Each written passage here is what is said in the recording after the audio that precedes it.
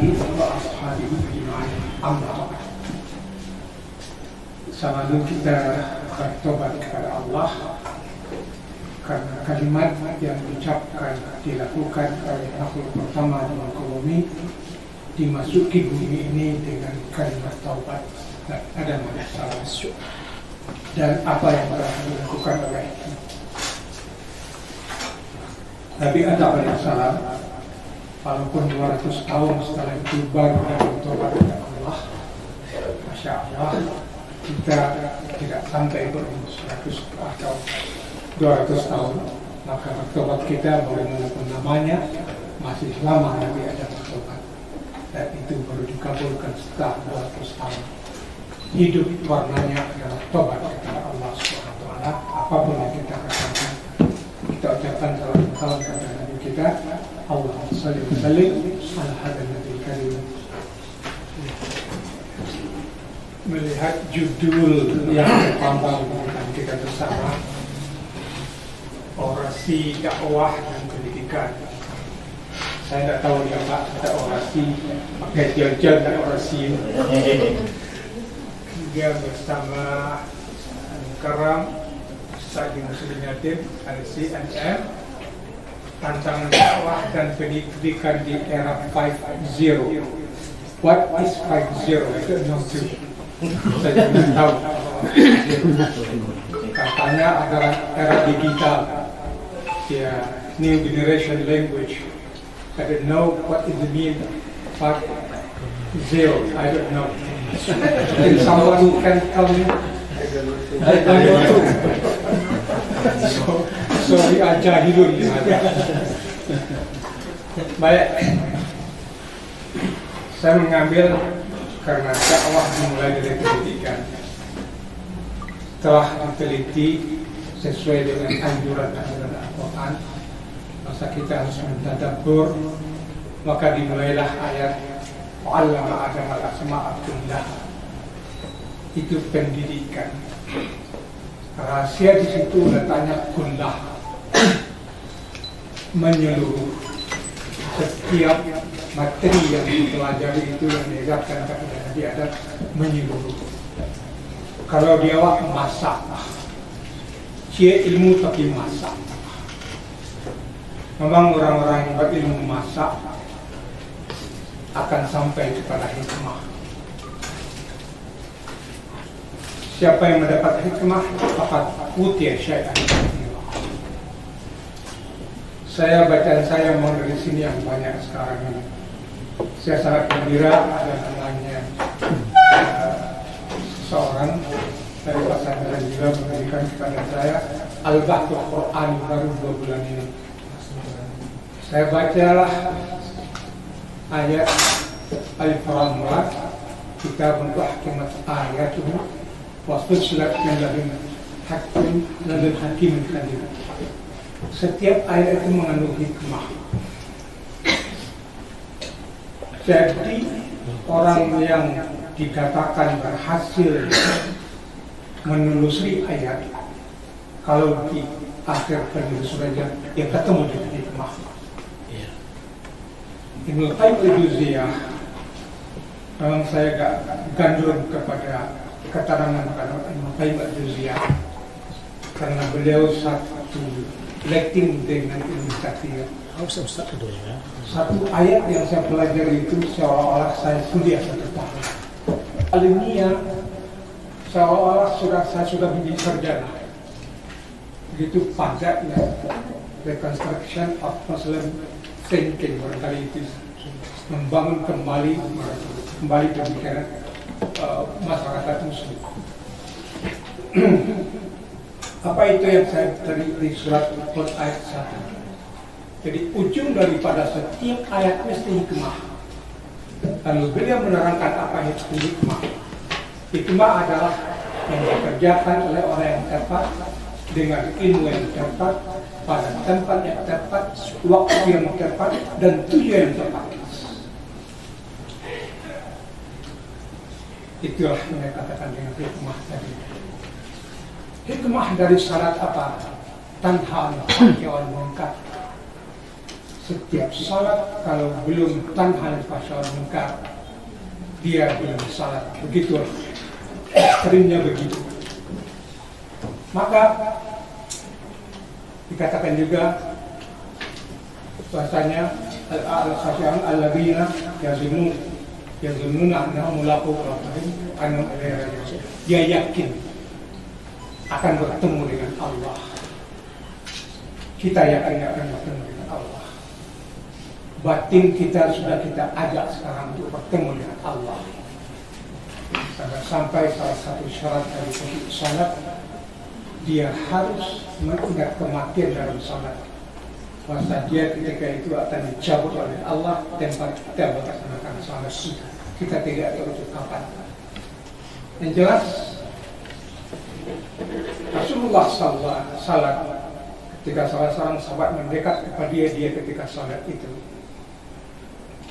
dada dia itu berbunyi keazir sikit seperti bunyi pisau yang diasah, atau kalail ma'fil qadr, atau seperti bunyi bagaimana mendidihnya air.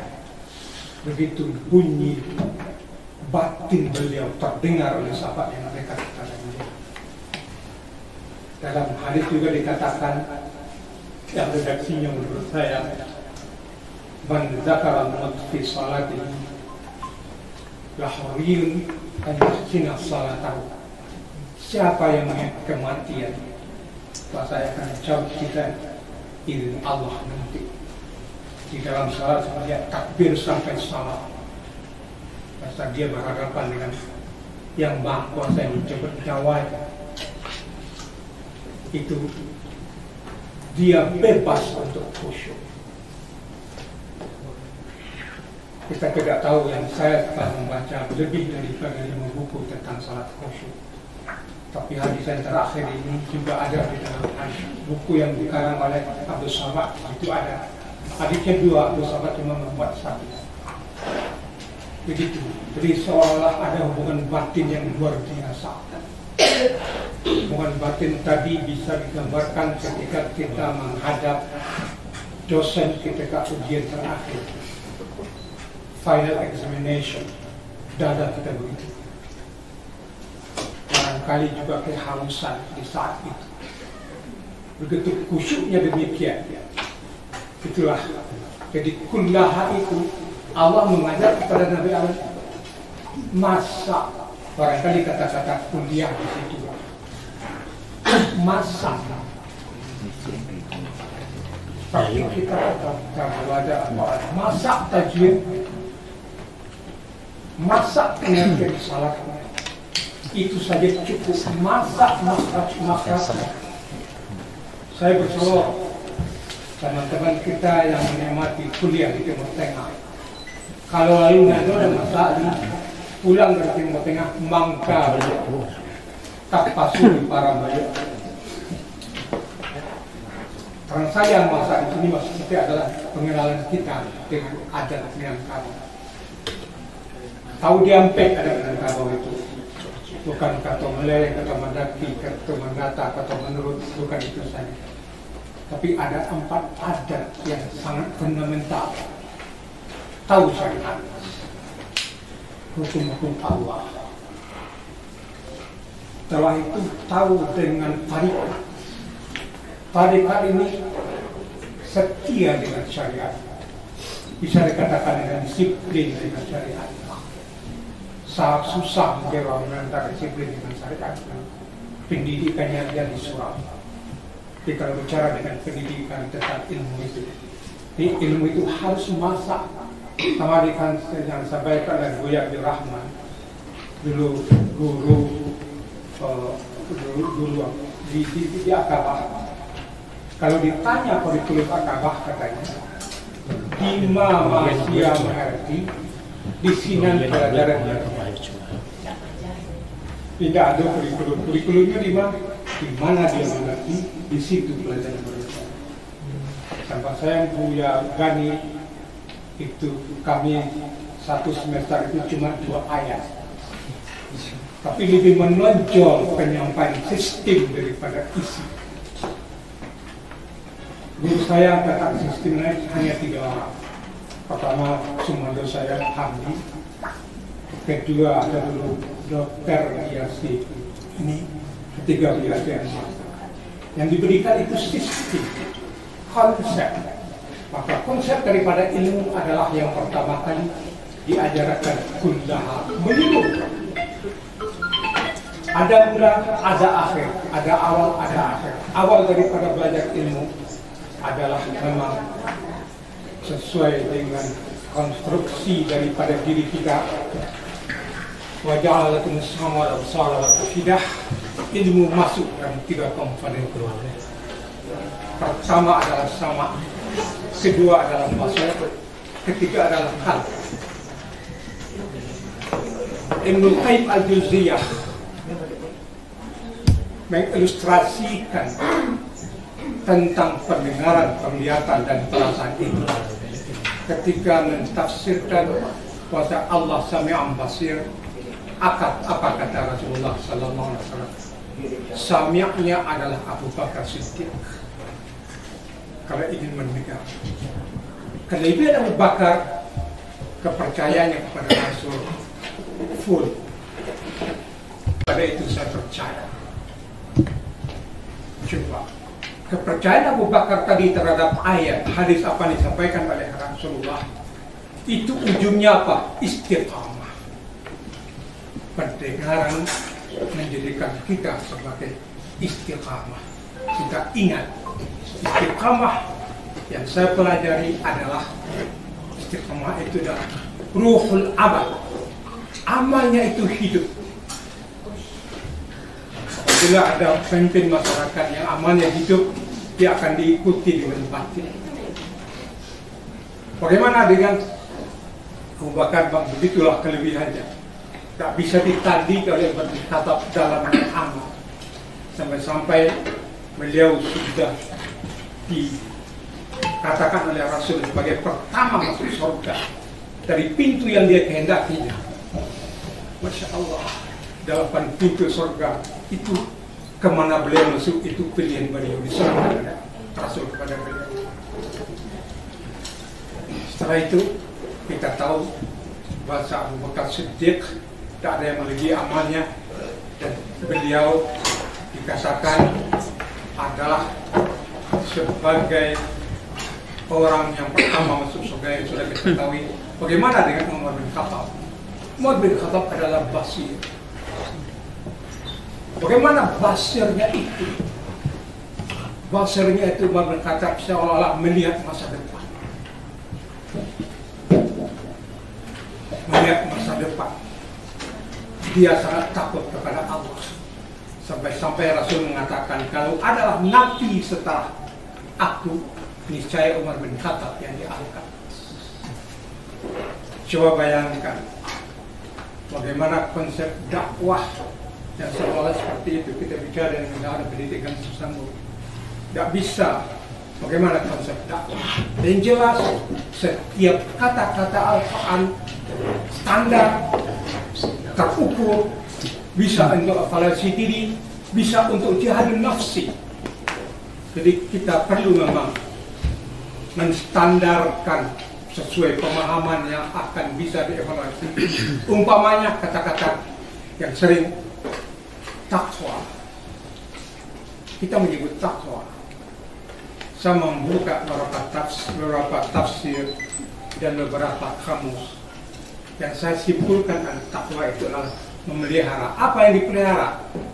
Keinginan Allah dan keinginan Rasul. Keingat yang kita pelihara keinginan Allah dan keinginan Rasul. Itu bisa mengukur diri kita. Bisa untuk jihadun nafsi. Bisa untuk dievaluasi. Sampai untuk evaluasi. Ya alladzina amanu taqullaha wa tanzur nafsum ma qaddamat lighad. Takwa adalah dasar untuk evaluasi. Kita kalau tidak tahu tentang takwa, apa yang terukur itu, maka susah untuk mengevaluasi. Lalu memang dalam waktu sedikit susah untuk menyampaikan apa saja ayat bisa dijadikan pemula untuk mengkonsep dakwah. Bahwa saja Rasul pergi ke ketika hijrah, apa harus pertama dikatakan?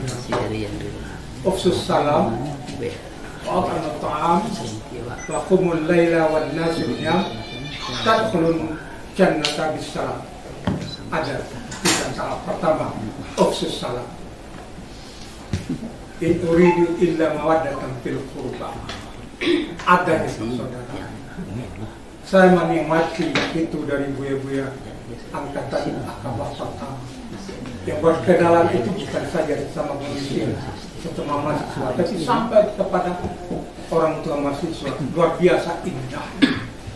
Dan kita tahu tidak ada dosen-dosen Akabah ketika itu yang tidak masak ilmunya. Tidak ada. Semuanya masak ilmu. Entah Buya Abdul Rahman, entah Buya Bakri itu Simpono, entah Buya Johan, barangkali ahli kawaid di Sumatera Barat, barangkali Buya Johan itu. Tidak bisa semua pertanyaan tentang kerumitan kawaid beliau bisa menjawab. Masya Allah. Kepada kami hanya disampaikan sistem cinta ilmu, bisa berguru kepada siapapun juga. Lalu kembali kepada pendidikan, ufsus salam, sampaikan kedamaian itu. Oleh Abu Bakar ini didengar dengan baik, ini menyampaikan salam. Tetapi setelah salam itu apa? Waktu muta'am. Di dalam buku Muhammad Ghazali tentang sirah Nabawi menyebutkan Rasulullah berusaha untuk setiap orang yang hijrah punya pekerjaan. Justru itu, ini sebagai pedoman bagi kita. Tidak ada orang hijrah ke Madinah itu yang tidak dapat pekerjaan. Nanti bacalah buku Muhammad Ghazali tentang sirah Nabawiyah. Di Raib Makhtum saya tidak ketemu itu. Saya memang membaca beberapa buah buku tentang sirah Nabawiyah.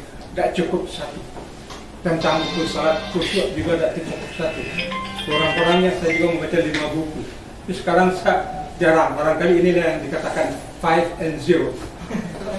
Barangkali. Wallahu a'lam bishawab.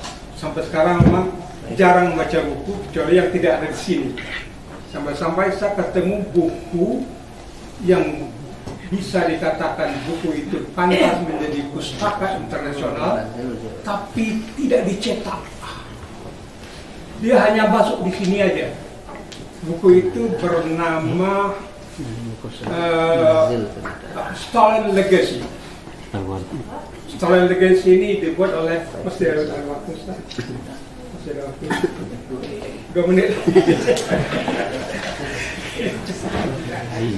Oke lah, karena sangat 2 menit lagi. Yang nanti Stolen Legacy, warisan dicuri. Dikatakan yang menyampaikan intelektual dan filsafat itu adalah Socrates.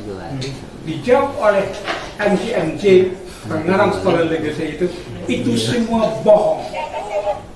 Kenapa? Thales menyebutkan, saya heran, kenapa revolusi tentang pemikiran tadi hanya ada satu zaman, zaman Socrates. Setelah itu hilang. Dari mana sumbernya?